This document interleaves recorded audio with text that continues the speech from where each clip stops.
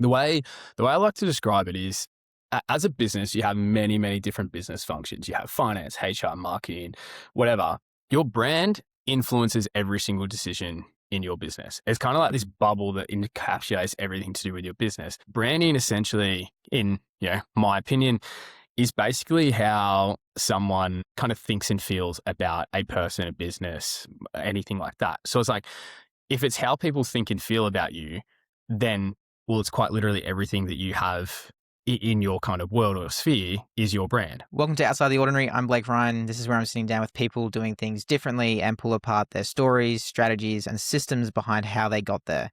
Today I'm sitting down with Sam Grigg, the managing director of Burst Brand Agency, a guy who turned down a job offers from the three of the big four consulting firms, quit his masters, worked at a bar for a year during a quarter life crisis, and somehow came out the other side running an agency that worked with over 300 brands. This one's about what happens when you stop following the script and trust your gut. Let's get into it. How are you, Sam? I'm good, mate. I'm good. How are you? I'm good. What are you drinking this morning?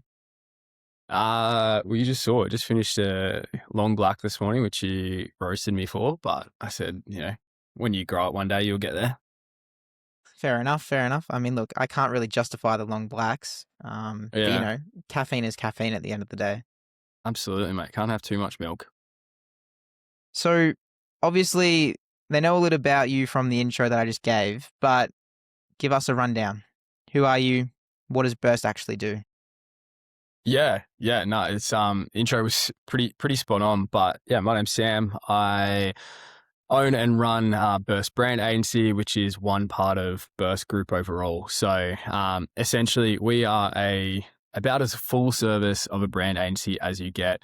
We kind of have two teams. Me and my team are a brand growth agency. So we do everything from business and brand strategy to creative alignment and rollout through to generating brand awareness and then building kind of like loyalty with the right people in the right way for you and your brand. Then, my business partner, Lockie, he handles kind of like activations and signage is probably the best way to put it. So when branding then translates through to the real world, whether it's like an event, an activation, signage and fit out work, that's him. So yeah, pretty full spectrum of what we can offer clients to really kind of connect their brand with the right people in the right way. Yeah, sick. In terms of the life outside of Burst, who are you beyond the office or beyond the work from home desk? No, it's I think probably I'm about to turn 30 in about 14 days or something, 12 days. So like every other nearly 30-year-old, play a lot of golf. We'll try to play a lot of golf. All the standard stuff. Like to be active, love gym, exercise, big reader, reading a lot of philosophy at the moment, which is cool. Yeah, love my coffee, beach, golf. Yeah, that kind of normal stuff, I guess. Going back to the branding agency, let's really dig into your experience there, your journey there. There's a quote I've heard you say. So actually, let me take a step back really quickly. Yeah. Sam and I actually met. Let's talk about how we met. Because how we met, sure. I actually tell every single person because I think it's the funniest story ever.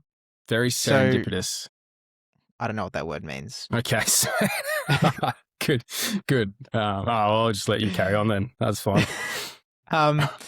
So I sent Sam a connection request when I went through this phase on LinkedIn of just trying to get to 500 connections. We've all been there. We've all been there. There's nothing more awkward when on LinkedIn where it's like you're 387 or something. You just got to hit that 500 mark and then no one knows what you got.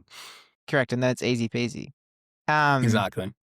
So I had connected with him on LinkedIn, and at the time I was completing year 12. We rocked up to a networking event and we were doing a presentation and he had a stall, or Burst had a stall, and I connected two dots. I was like, do I know you? So I walked up, shaked his hand. He was probably like, who the fuck is this kid in a school high school literally jersey? In your school uniform. I'm like, I have no idea who you are, but. And I walked up forcing a handshake and then saying we should get coffee. Yeah, no, exactly. Funny, I don't know if I've ever told you, but like, I wasn't even it was very, very 50-50 if I was even going to that event. Like I actually went to that event as a favor to someone organizing it.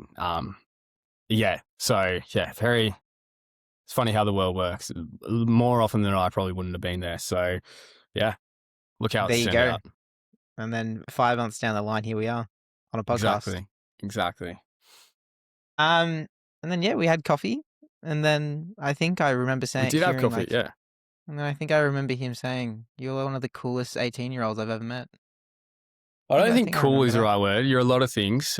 We could work on your cool factor, but no, you're definitely one of the most. I think the actual word was switched on. You're a very switched on young man, Blake. So yeah, it's got a lot going for Thank you. you. And you're a very switched on branding person, which I really want to Uh, talk about. So let's do it then. Let's do it. let's do it. You've got a quote that I have heard you say a lot over the Mm, last 5 months. You say brand is literally everything. And yeah. I'll be honest, I hear that, and I think most people would hear that, and they think branding is a logo. But what do you actually mean by brand is everything? Yeah, no, it's a great question. I think a lot of people kind of still associate your brand with design, like the concept of brand design, and then by definition they translate it through to a logo, a color palette, maybe to some degree like typography. And I think that's for good reason, is because so many people's interaction with brands are so kind of like quick and so kind of like non-meaningful in that interaction. That yeah, like when people think of brand, they think of what they can remember and recall, and that it often is the logo. But the way I like to describe it is, as a business, you have many different business functions. You have finance, HR, marketing, whatever. Your brand influences every single decision in your business. It's kind of like this bubble that encapsulates everything to do with your business, because branding essentially, in my opinion, is basically how someone kind of thinks and feels about a person, a business, anything like that. So it's like, if it's how people think and feel about you, then, well, it's quite literally everything that you have in your kind of world or sphere is your brand. How I talk, if you walk into my store and the first thing I tell you is fuck off, like that's part of my brand. Like you're not remembering the logo then, you're remembering the fact that I told you to fuck off. So how you price yourself is a brand decision as well. Like how do you want to be thought of? How do you want people to feel about you? All of these things, like how you hire, how you promote, like all of these things are brand related, because they're all decisions that completely influence how another human being, either internal or external to your organization, thinks, feels, and then makes a decision on whether they is probably Mm, the long-winded answer. mm. No, 100%. I think over the last couple of months, I've definitely realized that everything is perception. Perception is actually reality, and especially with businesses, when 100%. your brand's very strategic, and the pricing, the way in which you communicate. I remember getting the first draft of the principles back from working with you, and I was like, "Holy fuck, this makes so much sense. It makes it so much clearer." Yeah. Yeah. No, absolutely. So you've built this agency, you've worked with hundreds of brands, but I also want to rewind again, but go a little bit Mm. further than 5 months, because your path to Yeah. getting here was anything but straightforward. Take me back. What were you like growing up? Yeah. Yeah. It's weird when I hear someone kind of say to me, like, it wasn't that straightforward, because like to me, it's always just kind of, everything's just kind of made sense. But yeah, growing up, I think, yeah, it was like, growing up was easy in a lot of ways and hard in a lot of different ways. I think from me as a person, like I was just always really good at school. Like it was just, school just came really naturally and easy to me. I've said hundreds of times to so many people that I feel very lucky that the way that my brain works is the way that the entire education system has been designed for. I have plenty of mates who are smarter or just as smart in different ways that weren't as good at school and didn't have as easy of a time just because their brain worked in a different way. So yeah, from early days, always good at school, always told I was like the smart kid, always was told that I was, quote unquote, going to be successful in whatever I did. Was good at sport as well, which kind of helped that. Like, so from that component, kind of like, yeah, kind of almost like pushed me in a pathway to like, cool, good at school, good at sport, got the score I needed from school to go into the uni course that I thought I was supposed to, went into the uni course, then kind of just kept following the pathway that I thought I was supposed to go down, because everything kind of just came easy, like in that sense. So, yeah, I can dig into more detail on any part if you want, but that's probably like a good summary of like the pathway of like what it was like growing up, I guess. Yeah. So, in terms of being in school, what was your favorite subjects? If the school system was designed for your brain.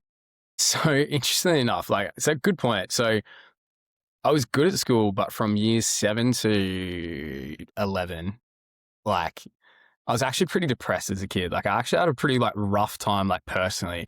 Like I don't know, I was just mixed between a bunch of things, but probably just like, teenage angst growing up as well. Like I thought the world was out to get me, whatever, whatever, whatever. So I just didn't really do subjects. Like I just did enough to kind of get by. And like, again, probably credit to the fact that, I just kind of, it made sense to me that I was able to do that. But come year 12, probably unsurprisingly, like, yeah, two favorite subjects were business management and PE. And I think I still am a little bit salty at business management. I got 100% on every single test throughout the year, then got an A+ on the final year exam, and still ended up with like I don't know, like a 42 study score for whoever that means context with. But I went to a very, very, very shit public school, which apparently impacts it, whatever. But that's my little gripe from growing up.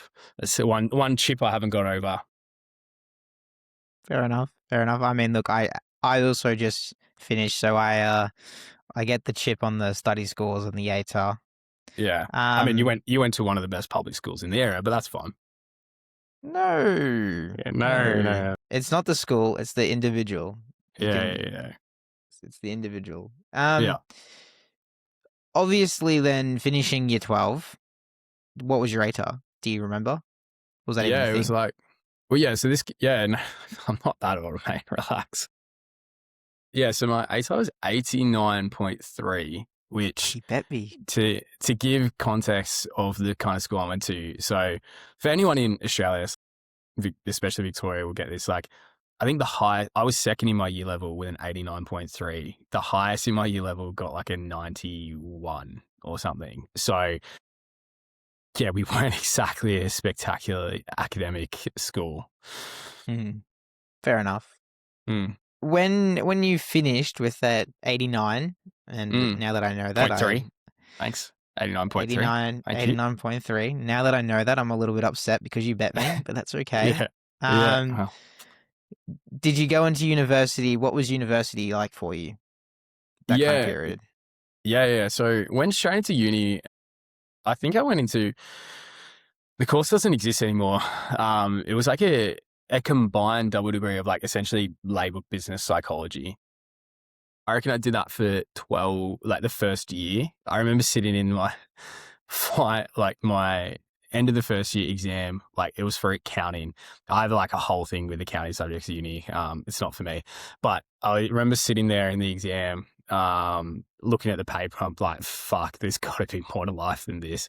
And I remember I'd never done this. Like I'd never done this. Like as soon as like the time allocated period of like when you had to be there till like left, I just got up and left. And I'm like, I'm just not doing this.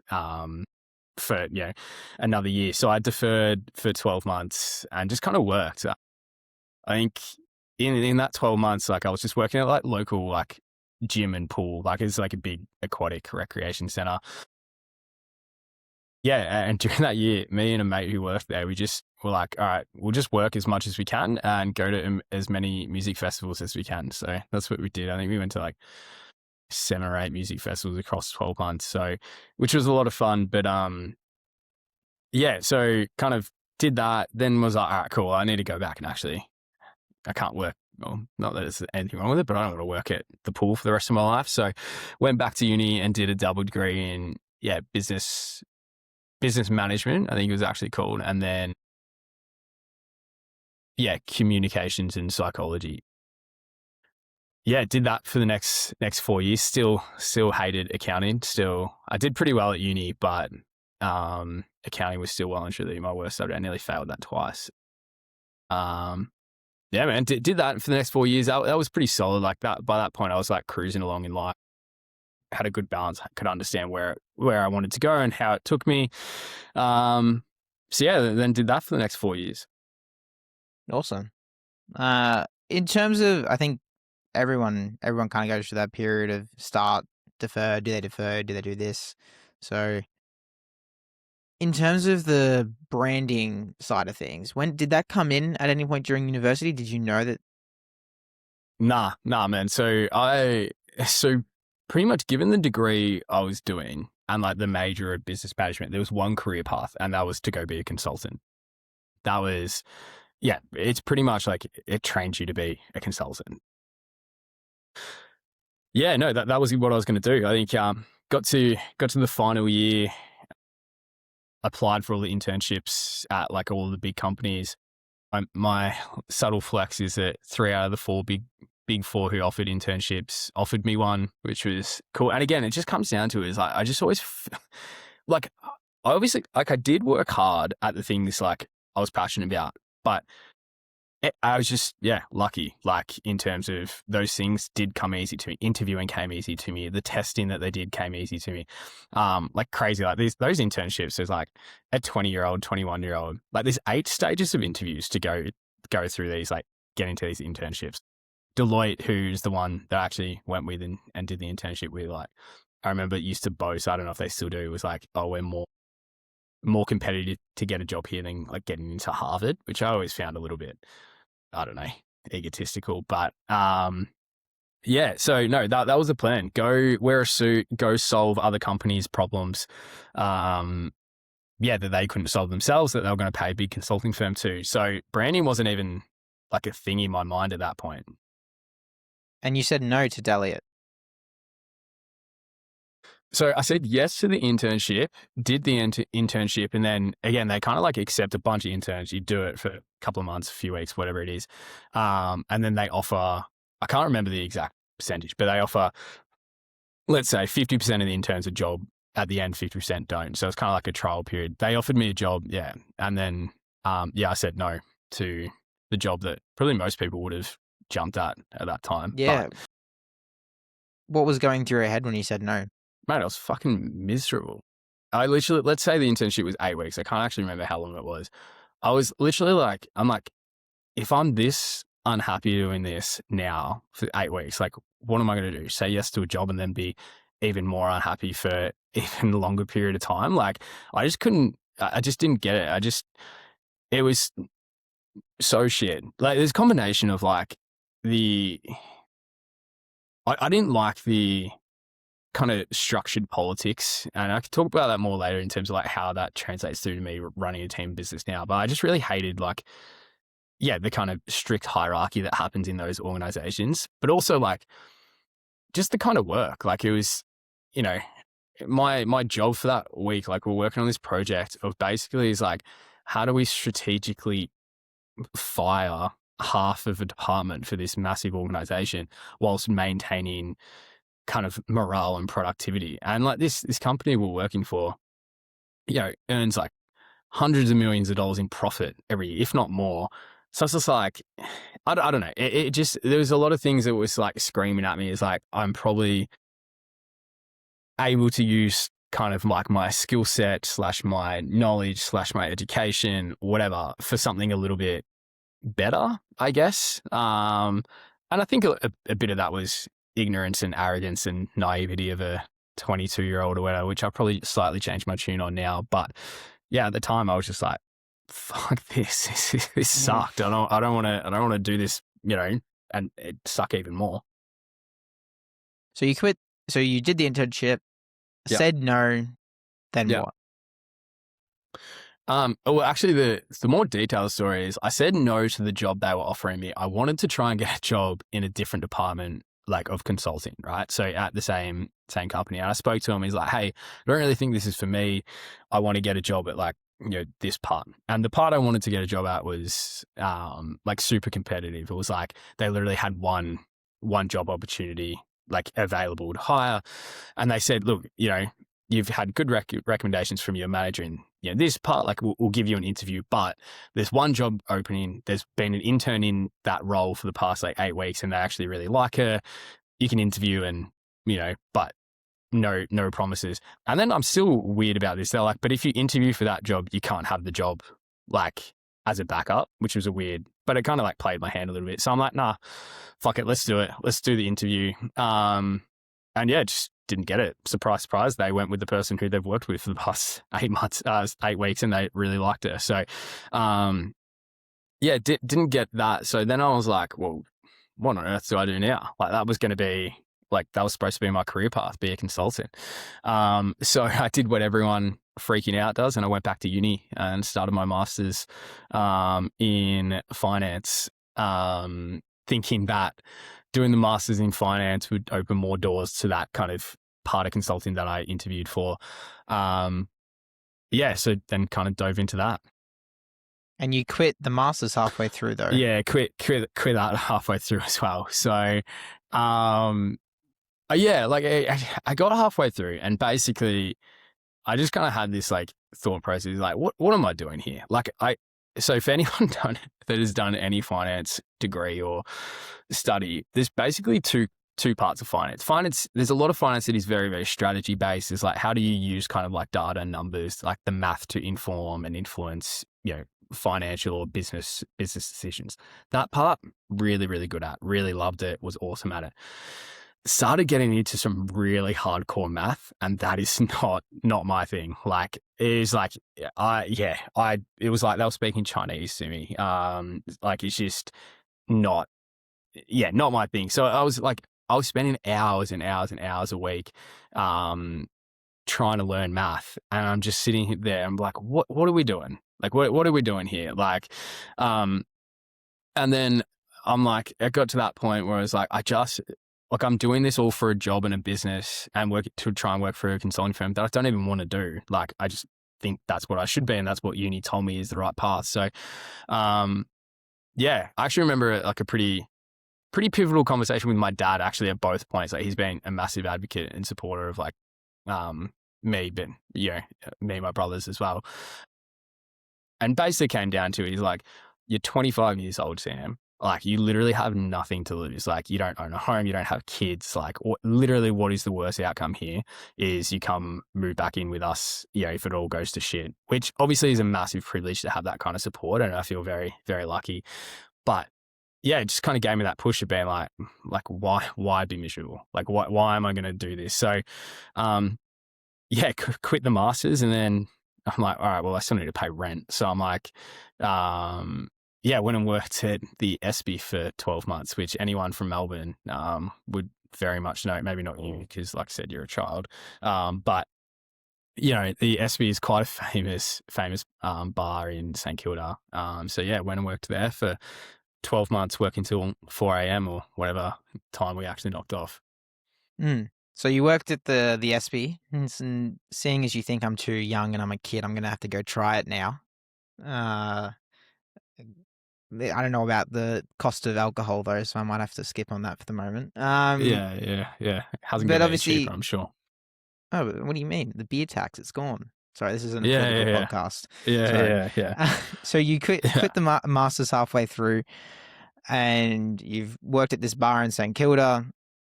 But did the ad agency come into play here? Yeah. Oh, actually, maybe no. Actually, that's a great point. No. I missed the step. So the ad agency was after I quit the masters. Sorry, that is correct. I quit the masters, and I'm like, okay, cool. The deeper long story, I actually was working with Lockie a little bit on and off, just kind of helping out with a few things, which is, I've known Lockie for most of my life. So I was kind of like just doing bits and pieces, like freelance work for him, helping him with a few things, and then I'm like, okay, cool. Maybe like I wanted to use like my skill set or whatever for good, right? Like to try and make a positive impact in the world. That was something that was really important to me coming off the back of uni.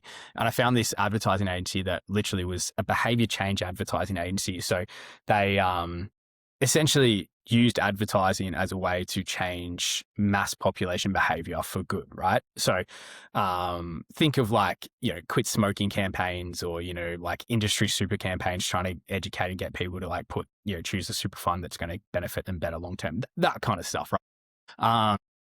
So yeah, sorry, when I worked there, yeah, and again, there seems to be a running theme there. Lasted about 6 months before I was like, yeah, this isn't for me either. that particular one was a different reason at that time. Like I was just like, again, a little bit of ignorance and arrogance at the time, but like I just thought the place, I thought there were really good people, so I want to be conscious. And I know I'm the problem. Basically, long story short was I realized that like I'm the problem here. Is like I clearly don't like the idea of working for someone when I think there is better ways to do something. Set something up, have value or have impact. And they were just a little bit slow at kind of evolving. They'd been around for ages, like decades, and like they were kind of, had a lot of set ways in how they did things. So I was like, cool, that's not for me either. And then I had the quarter life crisis and like, well, fuck, I actually need to pay rent. So then I worked at the SB. But that was a good experience that I had. It taught me heaps. That's probably when I first started getting into the concept of like blending kind of strategy and problem solving from consulting and then the creative world, which has obviously led me to where I am now in the brand. So you went from the SB, and when you had to be like, fuck, I have to pay rent. And then when did Burst, when did it come together? Like when was that point in that period of time where I guess you would say, look, I know what I'm supposed to do right now? Yeah. I even forget the year, but like it would probably be around like kind of off the back of COVID. Yeah, again, spoken about Lockie a little bit. It's just a good mate of mine, has been for a while. I kind of helped him on and off throughout the years. And when I was working at the SB, again, like kind of just caught up with him. He's like, I could use some help with X, Y, Z. I think it was originally just kind of helping him manage a few client projects or something like that. So yeah, kind of delved into that world a little bit more. Then there was a part of the business that he was offering, which was essentially like more logo design than like branding in terms of what I spoke about, that he's like, the signage and activations part is, where his passion is and where he kind of like was getting some really good traction. So he was like, do you just kind of want to come in and run this part? I'm like, oh, like, yes, keen, but I also kind of like think I do want to do my own thing. So we kind of just set up an arrangement. It's like, why don't I come and just kind of like help him kind of run that part of the business for, 6 to 12 months. And then at the end, if it's something that I'm finding a lot of traction with, passion about, then, we can talk about, potentially setting it up in a way that, I can do my own thing under the Burst umbrella, which is a short version of kind of where we are now. Yeah, that's crazy. It's a reminder and also a window into the fact that one, uni isn't the only pathway, but also how scattered it can be before someone finally realizes something is working out or what they need to do. I think at my age, being 18, obviously, I mean, I'm starting uni. I'll be studying a law degree in March. Is it really what I want to do? I don't really know. But I also know there's a lot of people out there that have no clue what they want to do. And I think Yeah. social media has very much conditioned us to think we have to have it figured out. I mean, that's my view on a lot of social media, a lot of gurus, a lot of young teenage millionaires such as myself, just Yeah, of skew the course. perspectives. Yeah. Yeah. No, absolutely. I think it'd be a very tough period of history or time to be your age, to be honest. It's yeah. Even back when I was 18, which is like 12 years ago now, it's like it was just a different world. You just had less exposure to so much of the stuff that's happening now. So like, the standard pathway or whatever you want to call it, like felt more, I think, comfortable because there wasn't so much exposure to so many different things. And I think that you could argue that's better for better or worse. Like I think if it's not for you, you still kind of will find your way straight away or, whatever. Because I am still, I know you and I have spoken about this. I'm still like quite a big advocate for uni. I think it teaches you a lot of skills and a lot of, the biggest lesson uni taught me was it taught me how to learn independently and how to critically think about different areas of, life, business, whatever. And I wouldn't have been able to, I think, formulate the kind of philosophy and strategy that we have of what branding is if I wasn't able to critically think about and pick apart a topic, which is what I've done to create the philosophy we have. So, yeah. Anyway, I think uni gets a lot of hate these days, which I get it's not for everyone, but yeah, there's still a place for it, I think. 100%. 100%. I think my personal problem with uni is I think there's too many people that do uni thinking it as the only pathway and then do it for the sake of doing it. To add on to that, I actually think it's insane that people start uni at 18. Like, that's crazy to me. Like, I still like it, but I think the minimum age of acceptance should be like 21 or something. I don't know. Like, go do life for a bit. Go work in a bar. Go travel. Do whatever. But yeah, like, yeah. Graduating uni at 21 and then being supposed to like walk into a career path that you're going to then, in theory, do for your rest of life is like definition of insanity to me. Yeah, look, I mean, I'll be happily willing to say it on the podcast. I reckon I'll do one semester and defer. Yeah. You know what? You can quote me on that. I reckon that's what's going to happen. It's also, but like, it's just not going anywhere. Do you know what I mean? Like, the university degree is always 100%. going to be there. So, yeah. Yeah. All right, let's take a pivot. Now know who you are from A to Z. You're a very wise, philosophical, stoic man. Well, that's right. We try to be. Let's dive in to your actual craft. So your branding and what you're doing over at Burst. Obviously, Burst takes a different approach to branding. As you said, we're not just making logos. You're not just doing branding suites. It is that brand growth partner, helping build the business from a strategy and all that jazz. Yeah. What's the... That's how I sell it too. All that jazz. Well, I'd hope you'd be able to sell it better than I can. Yeah. What's the real difference between branding and marketing and then also you? Because I know it actually drives you crazy when I start comparing like a logo to what you do. Yeah, well, I'll answer the first part, like, because it's a bit easier. So the way that I think about it is marketing is a business function. So when you look at business functions, it is a component of the function of your business, right? Same as accounting is, same as HR is, same as finance is, same as your legal department, whatever it is, right? Marketing is a function, and marketing is essentially a tool to get your business in front of the right people in the right way, right? So it's kind of like it's the tool you use, or like the marketing funnel, if you want to get technical, is how are we getting this business in front of the right people in the right way? Your brand, though, is what you're getting in front of them, and and this is what I talk about, is like your brand needs to encompass everything, because your marketing tactics, strategy, whatever it is, it needs to take into account things like your profit margin. So therefore, if it takes into account your profit margin, it needs to take into account your pricing, and your pricing is a brand decision.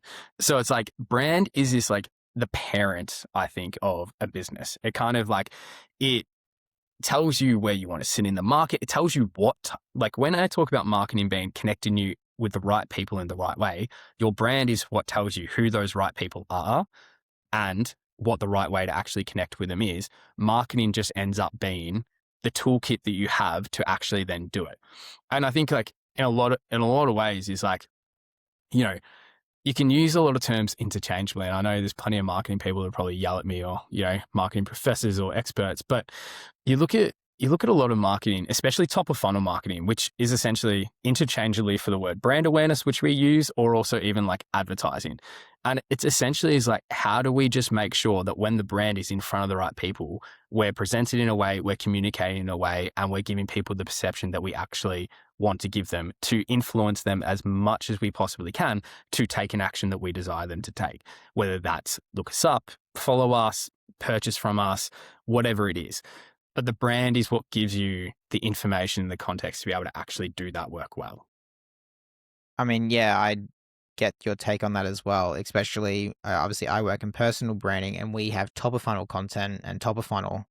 We also definitely not to the extent that you guys do it because you're specialists at it, but we look at what is it that people are saying when what's their first impression of you?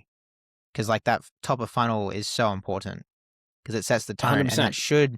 And the whole point of top of funnel content is to speak to your avatar. Yeah. So if you're understanding your avatar and you're able to craft a brand that relates to that avatar, naturally they're going to buy from you. 100%. After and like 7 or 11 interactions. Yeah. Depending on which study you read, yeah, it's somewhere between 7 and 11 interactions. People, yeah, supposedly need to be able to like then make a purchasing decision whether it's intentional or not. So but like that goes into like branding as well. Is like when you look at people talk about like, yeah, it takes someone 7 or 11 interactions with a business to then take an action or like a meaningful action. It's like your brand is what drives that consistency, because it's not marketing that in the way that is like, okay, cool. If I call up your business and speak to the reception or salesperson, that's not a marketing activity, but it's an interaction that someone has had, which will influence their likelihood to then take an action and buy. So if it's not marketing, what is it? Okay, sure, you could argue with me, that's customer service. Like, okay, well, the way that you set up your frameworks and train stuff on how you want them to interact in the customer service interactions is a brand decision. So I can't remember the exact like in like debate and philosophy, there's this term for like essentially like a stance that you have that's like an unlosable position, because you know you just kind of refer back to everything. It's like some sort of fallacy. I can't remember, but that's kind of the philosophy I have with like brand being everything. Is like, regardless of what you say, I'll find a pathway back to explain and prove to you why it's a brand decision, because it influences everything. But I'll find that. I'll look it up. I'll send it to you. So being so firm on the brand is everything, you boast working with 300 plus brands. Very impressive. Hmm. What's the most Mm. common mistake that you see businesses make with their brand? Yeah, yeah. I think there's two, but like one's probably more prominent. One's more of like a bit of a pet peeve. The biggest one is that designing a brand for you as the owner and the founder, as opposed to basically again going back to that phrase we use a lot, is like a brand should help you connect with the right people in the right way.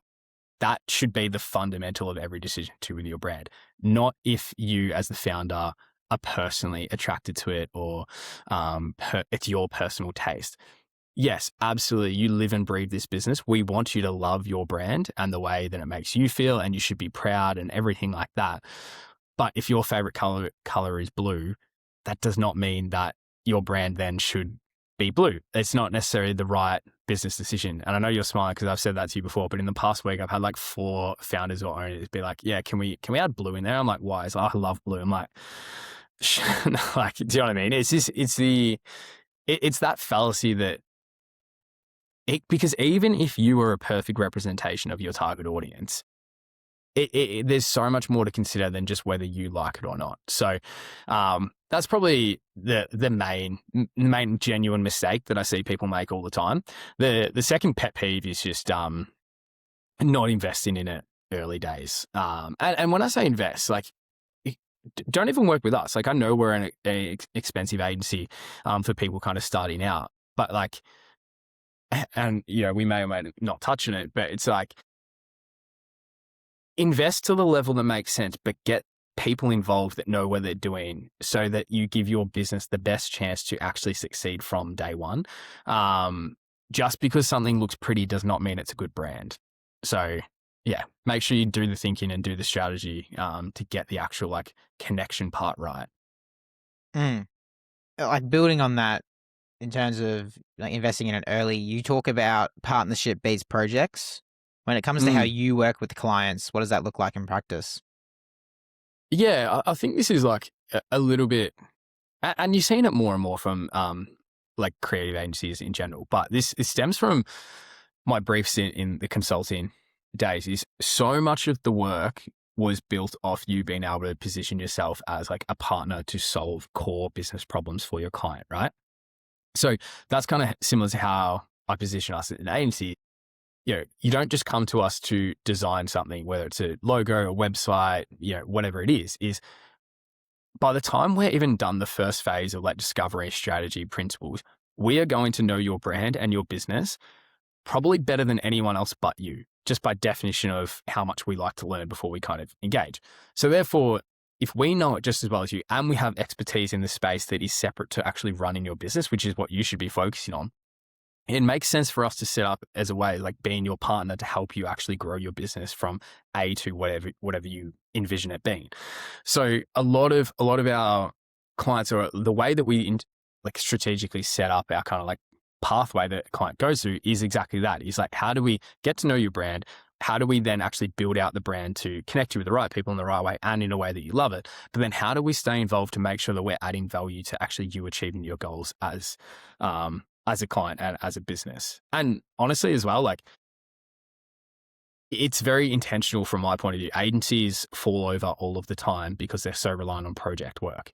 Like, so from a business model perspective, um, if I can position us as an ongoing partner that's adding genuine value to the client, but also receiving reliable and recurring income, it solves one of the biggest challenges in the agency landscape. So yeah, it kind of ticks both boxes.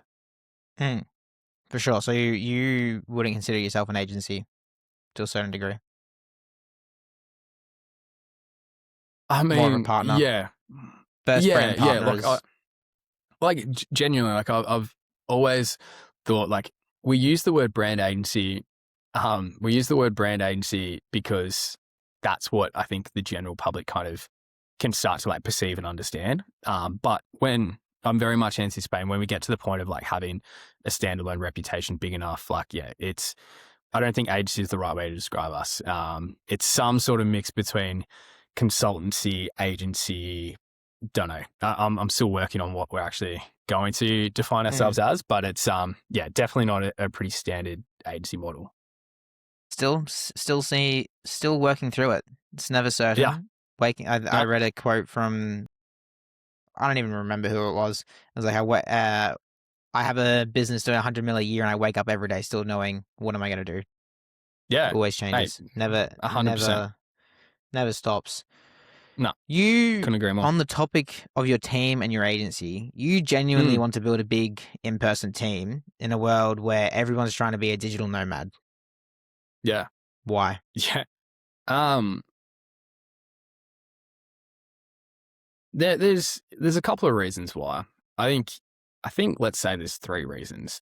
The first one is, again, brief stints in places. Like, I'm very conscious that, there are good workplaces out there, but I just didn't really experience them. So a big part of me wanting to do this is to be able to provide build a business that provides people a place to thrive. And a big part of my personal kind of like purpose in journey, that as like a leader, as an owner, is I want to empower people to be the best version of themselves, both professionally and personally. So like, it's just what I get a lot of fulfillment out of. So if that's a core part of what I want to do, then obviously I want to be surrounded by people, and therefore the whole digital nomad, working from a laptop in Bali and the other person that's on the other side of the world, all doable, all fine if that's your thing, go nuts. But it's just it just doesn't allow me to have those kind of relationships with people in the way that I want to. So I think that's a big part of it. Second part is like, this is more like a little bit of a tongue in cheek. Is like, what am I going to do when I'm 41 and want kids and a family and want them to go to school and stuff like that? The whole like digital nomad, like I really want to build something that kind of like gives people roots and gives myself roots. I think community, when done right, can be really, really awesome. And I know you can have community in that digital lifestyle, but I grew up in like a very kind of like low socioeconomic like family, but like, we lived in the suburbs and it was great. Like, we had like, it was like, I don't know, like, and I know you'll be able to achieve that with the digital nomad life, but I think some of the best friendships or relationships that people make are through work, are through kind of those people that you spend however many hours a week with. So I think that's just like a way that I envision wanting to live my life over the next 50 odd years, is actually kind of being part of that. And then third, I just really enjoy people. Like, people are my favorite thing, So it's like, why would I not want to build something that is going to be surrounded by people? I think the best creativity comes from being in person with people. I think the best relationships, and therefore outcomes, happen when you actually get to spend time with people. Like, it's just I want to build a legacy and a business that is going to be here in 50 years. And I don't think I can do that working from a laptop in Bali. Yeah, for sure. I mean, I spoke on this topic with another brand owner on another episode and discussed digital nomad life and how you can just build a business from your laptop and you can work anywhere in the world. I have a team member in America. I also have a team member in Australia who's currently in Gold Coast. Yeah. I think the world is it's going to be hybrid. I think the best mix of that business will be a place where they have a HQ and they can have core people there driving it there. But I think you'd be silly to not, to a certain level, put talent outside because you can bring in so much more. Yeah.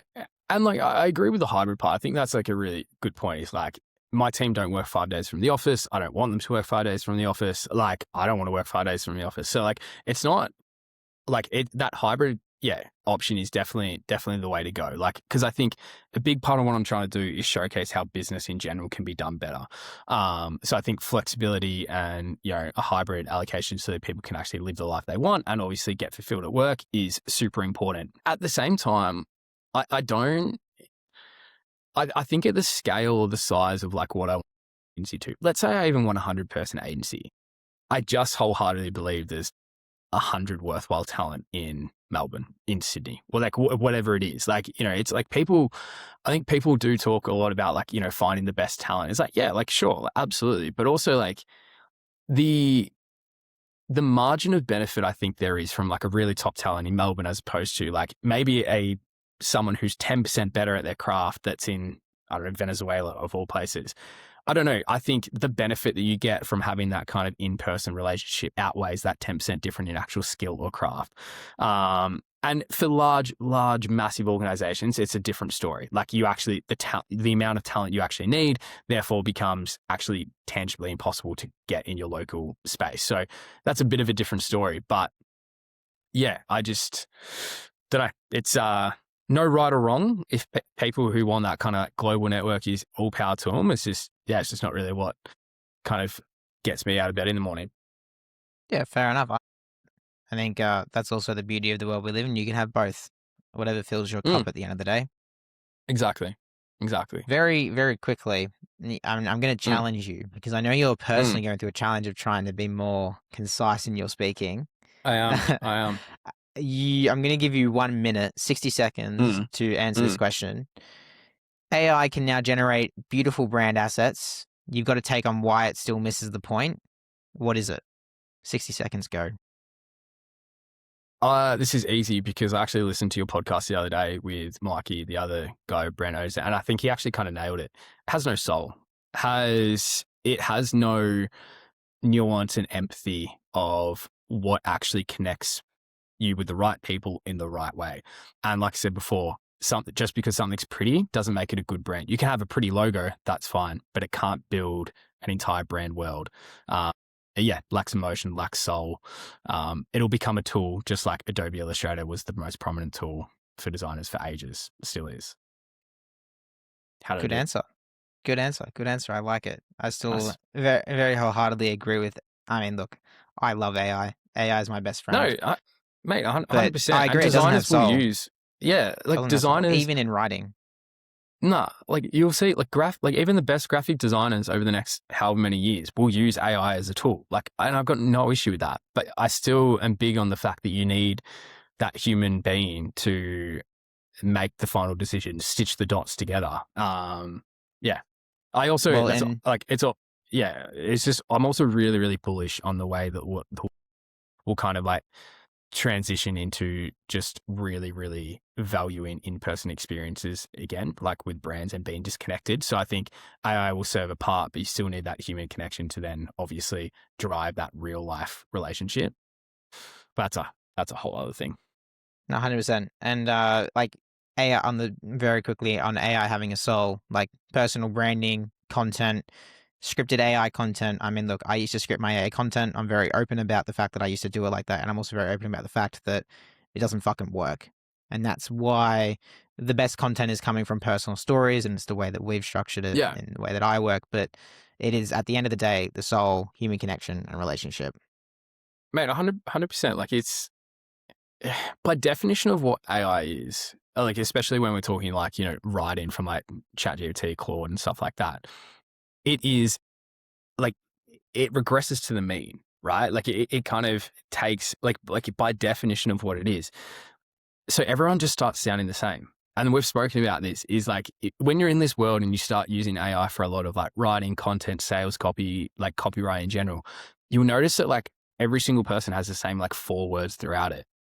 It's like it'll use the word engine for everything, like content engine, brand engine, whatever. It also uses the word fluff for everything, like no fluff. It's just like, bro, no, literally no one used the word fluff before ChatGPT in that context. So, um, and again, it's a tool. Like you can notice when people just copy and paste it and then run with that, or when you use it as a base and then put your own spin and human emotion on it, like we do with the content stuff that you do, is it's a game changer. 100%. Best world is one of my mates, Ollie Merrick, AI specialist, uses the term AI native human led. Best Perfect. way to describe Love it. Yeah. Yeah. I wanna take a very quick turn to a little bit more personal side. Yeah, sure. Outside of the brand and business, what fills your cup and what are you into? Yeah. Yeah. There's not always a lot of time or energy left outside of the cup when it comes to brand and business, but I think I'm really big on trying to become the best version of myself. Like that's why, like, I really do enjoy reading about, creativity, philosophy, that kind of stuff. Really, really like stimulates me and kind of like gets my brain thinking. Like I love like even things like I said before, golf is really good. I'm like quite a competitive person, so I wouldn't necessarily say like golf. And for anyone who's played golf, they'll know how insanely difficult that game is. So for someone who wants to walk in and kind of just feel relaxed and good at something, it's not the game for you. But yeah, like I love my family. Like I don't see them enough. Like I've got an awesome, gorgeous partner who probably don't hang out with enough, but she's also busy doing her stuff. Like those kind of normal things, I think, is probably something that I've kind of realized over the last couple of years is like, I've accepted that I'm not going to be a billionaire unless I get very lucky because like I don't want to sacrifice on certain things. I'm willing to sacrifice a lot to get the business and my life to where I want it to be. But there's things like, I know I could be doing more if I locked everyone away, whether it was family, friends, hobbies like golf. Like, is it the best business decision to try and spend 5 hours every week trying to hit a little ball in a hole? Like, probably not. I could be using that to do content, sales, whatever. But it makes me a better, well-rounded person. And I think being a better, well-rounded person helps with everything like, business and branding and everything like that. I agree, but my go-to perception on that is there needs to be phases in life. Needs to be phases where it's one thing, and sometimes it calls for that little bit of sacrifice because that's what it is at the end of Yeah. the day, it beats the curve. Yeah, yeah. That I agree. I have thoughts on that in general, but like we can go there another time. You like talking, don't you? I do Yeah, like talking. I should have blocked I'm out 3 very hours for this podcast. yeah. We'll have to do a I'm part 2. conscious. That's fine. We can do a part 2. With right, wrapping it up, with everything Mm, you've been through, everything that drives you now, what does the next chapter look like and where is Burst heading? yeah, I think like we're taking over the world, mate. That's the plan. Like when you talk about seasons or chapters, like I'm not really sure, exactly what that looks like. Like I have a very clear vision. Like Burst like absolutely will be the best brand agency in Australia, whether that's in 2 years' time or 10 years' time. Like that's the North Star that we're working towards. More immediately, like we're kind of relocating over the next month or so into a new space in Richmond, which is cool. But I think for us, it's really kind of like just cementing our spot and kind of really just going hard in like finding clients that believe in the same sort of philosophy as us and kind of like really growing with that. Like we're making a massive push this year in terms of building out helping clients with, that full spectrum of like, how do we go from strategy to design to awareness to then in-person events that drive kind of like loyalty and experience. That's definitely the next chapter. How do we bridge, the strategy, creative, digital, and real life into what a brand's world actually is. So that's going to be a really cool one. Yeah, man, it's an exciting, like I probably haven't been this excited for an upcoming 12-month period as what I have for this next one since I've started running the business. So, um, yeah, lots on the cards that is going to be quite cool. I'm excited to see where it all kind of plays out. I think I'm most importantly looking forward to the office space where we can film an in-person Mm, podcast part 2. mate, 100%. Yeah, we'll have a good little content studio set up there. So, um, yeah, no, that'll But be, also, yeah, a massive bonus. not just Burst taking over the world, we're getting Sam taking over the world. Yeah, yeah. I think like personally, like the agency is obviously like my baby. Like it embodies a lot of the philosophy I have. But no, even as like a quite ambitious kind of like entrepreneurial person, like I have ideas outside of brand agency that I want to explore and build. Goal of the next little bit is like make sure the agency is well run, well set up, doing what it needs to do, and then being able to kind of use that as a base to explore, other ways that I can take over the world. Like, if I'm going to become a billionaire, it's probably not going to be through a brand agency. It's going to be probably luck. But I have products I want to launch, clothing companies that I want to launch, different tech products I want to launch. That'll all happen. It's just, like you said, different seasons and patience, which I'm not spectacularly good at, but, we'll get there. Patience is a virtue. Yeah, it's Very just not quickly. necessarily a virtue I want, but that's fine. Very, very, very quickly. If someone's watching this and they're stuck in a job that they know isn't right for them, or they're tossing up university, what would you tell them? Yeah. General advice is always, I feel like, needs to be mentioned with the caveat of like, sometimes you have to do what you have to do. Do you know what I mean? Like, if you're in a job that you don't like, but it's paying your mortgage, it's paying your rent, like whatever it is, like, you know what I mean? Let's not go homeless. You know what I mean? Like, do what you need to do. But if you're lucky enough to not be in a position for anything like that, like, I just can't stress enough, just trust your gut. Like, we talked about like a few key decisions, that I've made throughout my life. All of them, my stomach has been screaming at me that it's the right call. And I think when you listen to that, whether, like, I'm not a big believer in fate. I'm not saying it's like, okay, cool, it's some, let's say, other being talking to you or whatever. But it's like when you trust that instinct and you trust that feeling, and then you action it, it just means that everything you do after that, you take steps to make it work. And I think you have to like just back your own ability to make it work. Like, you're a human being. We have massively inherent survival instincts. So just do what you actually want to do what sets your kind of heart on fire, and realize that fire will eventually kind of it'll go through phases of roaring to then simmering, but like, it's still infinitely better than never trying. 100%. 100%. You're inspiring me now. Just like drop everything, defer, and just go and do it. No. I mean, yeah, we've had that conversation before. Like, mate, go do your Multiple first times. semester, and then we can chat. But like, I don't. Yeah, I'll be surprised if you make it to the end of your 4-year degree. But that's fine. Wait, you want to put a bet Yeah, on it? absolutely. I'm a massive gambling man. So, Massive gambling, man. twice, 100%. If anyone wants to How punt, if you want to punt and come play golf, I'm your guy. My psychologist keeps telling me, it's like, oh, risk taking behavior. It's like, yeah, well, it's gotten me to where I am now. So, it must be doing something right. 100%. All right. Well, thank you, Sam, for your time. It's been great Of having course, you mate. on. And I look forward to doing part 2 in Richmond.